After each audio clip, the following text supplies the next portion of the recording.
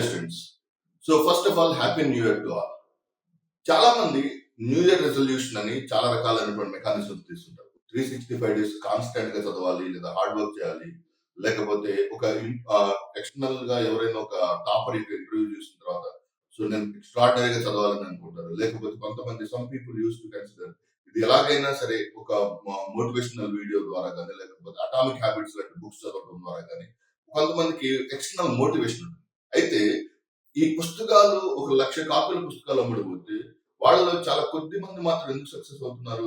Reason ఏంటంటే ఒక video ఎక్కువ మంది చూస్తుంటారు, కానీ వాళ్ళలో చాలా తక్కువ మంది మాత్రమే సక్సెస్ అయి ఉంటారు. January 1st, 2026 కొన్ని కోట్లాది మంది రెజల్యూషన్ తీసుకుని ఉంటారు, కానీ చాలా తక్కువ మంది మాత్రమే సక్సెస్ అవుతారు. రీజన్ ఏంటంటే సో ఎక్స్టర్నల్ మోటివేషన్ అనేది చాలా తాత్కాలికమైనది. ఓకే, సో ఫర్ ఎగ్జాంపుల్ ఏదైనా ఒక పనిలో పడ్డారు, ఈ మోటివేషన్ ఆగిపోతుంది. ఏదైనా ఒక పర్టికులర్ యాక్టివిటీ చేసుకుంటూ వెళ్ళిపోతున్నారు, దైనందిక కార్యక్రమాలకు వెళ్ళిపోతున్నారు, ఆ మోటివేషన్ ఆగిపోతుంది. సో ఆ మోటివేషన్ కన్సిస్టెంట్ గా కాన్స్టెంట్ గా లైఫ్ లో నిలబడాలి అంటే ఇంటర్నల్ డిసిప్లిన్ లేదా self discipline is very important. Self discipline అంటే what is the meaning of self discipline అంటే నీ సబ్ కాన్షియస్ మెమరీ నిన్ను కాన్స్టెంట్ గా అలర్ట్ చేస్తూ ఉండటమే సెల్ఫ్ డిసిప్లిన్ లేదా సెల్ఫ్ మోటివేషన్. అంటే sub conscious memory is the most powerful thing on this particular planet.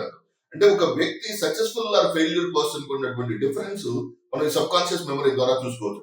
So నువ్వు 3 గంటలకు అలారం పెట్టుకుని 2:59 అలారం మోగటానికన్నా ముందు 1 minute ముందు లేచి అలారం ఆఫ్ చేసి చదవగలిగితే that is one of the most important thing called as self motivation or self discipline. అంటే ఎవరైతే ఎక్స్టర్నల్ మోటివేషన్ లేదా వీడియోస్ ఆర్ బుక్స్ ద్వారా ప్రేరేపించబడి వాళ్ళు ఈ పర్టికులర్ ఇంపార్టెంట్ కాంపోనెంట్ ని, సరే ఫర్ ఎగ్జాంపుల్ ఒక బుక్ ని కానీ లేకపోతే సెల్ఫ్ డిసిప్లిన్ ని ఎస్టాబ్లిష్ చేసుకోవడం చాలా ఇంపార్టెంట్. వాళ్ళు మాత్రం సక్సెస్ అవుతారు. సో మోటివేషన్ తో కూడినటువంటి సెల్ఫ్ డిసిప్లిన్ ఉందనుకోండి, దే ఆర్ ద సక్సెస్ఫుల్. అలా కాకుండా మోటివేషన్ లేకుండా సెల్ఫ్ డిసిప్లిన్ ఉందనుకోండి సక్సెస్ఫుల్. మోటివేషన్ ఉన్నా సెల్ఫ్ డిసిప్లిన్ లేకపోతే సక్సెస్ కాదు. ఓకే, మోటివేషన్ అనేది ఒక క్షణికమైనటువంటి భావన అన్నమాట. ఓకే, సో ఈ రోజు ఎలాగైనా సాధించాలి, ఈ పాయింట్ ఆఫ్ టైం లో నేను ప్రపంచంలో మోస్ట్ సక్సెస్ఫుల్ అవ్వాలి, గ్రూప్ 2 టాపర్ అవ్వాలి. These are all important factors that can be consider as motivation. కానీ ఆ motivation is not a permanent thing. So if you want to see that motivation for, ఆ motivation శాశ్వతంగా చూడాలంటే మాత్రం self discipline కావాలి.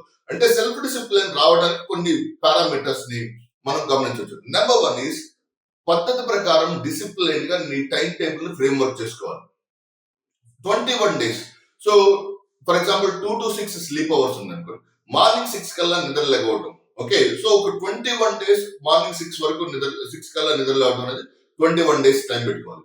And ప్రతిరోజు ఒక 100 points ని బై హార్ట్ చేసుకుంటూ ఉండటం. So that is one important thing. So you must able to remember those factual information for 100 factual information ని అట్లా 21 రోజుల పాటు రోజు నువ్వు ఆ పని చేస్తూ ఉండాలి.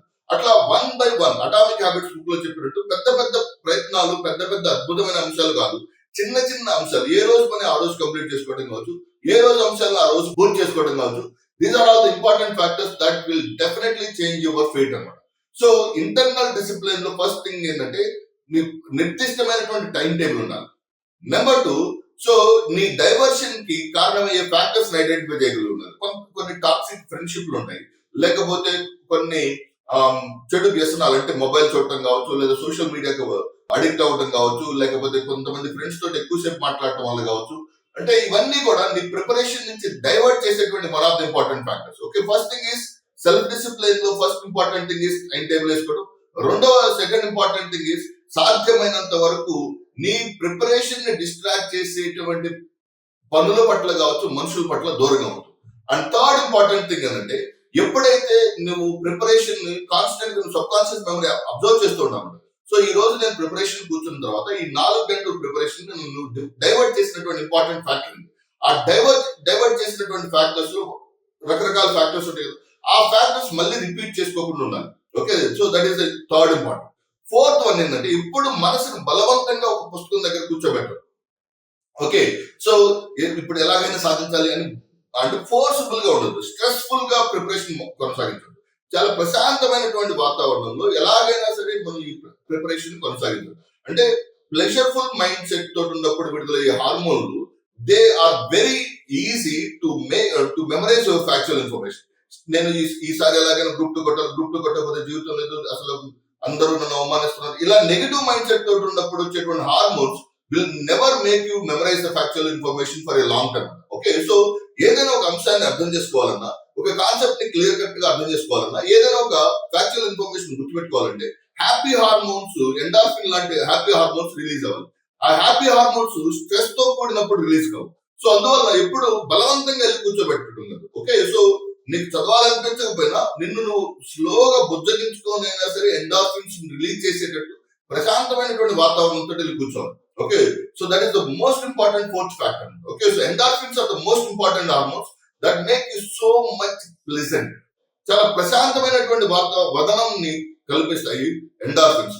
సో ఎండార్ఫిన్స్ విడుదల అవడానికి కారణమైనటువంటి అన్ని రకాలైనటువంటి పనులు చేయండి. సో ఫర్ ఎగ్జాంపుల్ టెంపుల్ కి వెళ్ళడం కావచ్చు, లేదా తల్లిదండ్రులతో ఫోన్ లో మాట్లాడుకోవడం కావచ్చు, లేకపోతే ఏదైనా ఒక మంచి మోరల్ స్టోరీ చదువుకోవడం కావచ్చు, ఏదైనా ఒక మోరల్ వీడియో చూడటం కావచ్చు.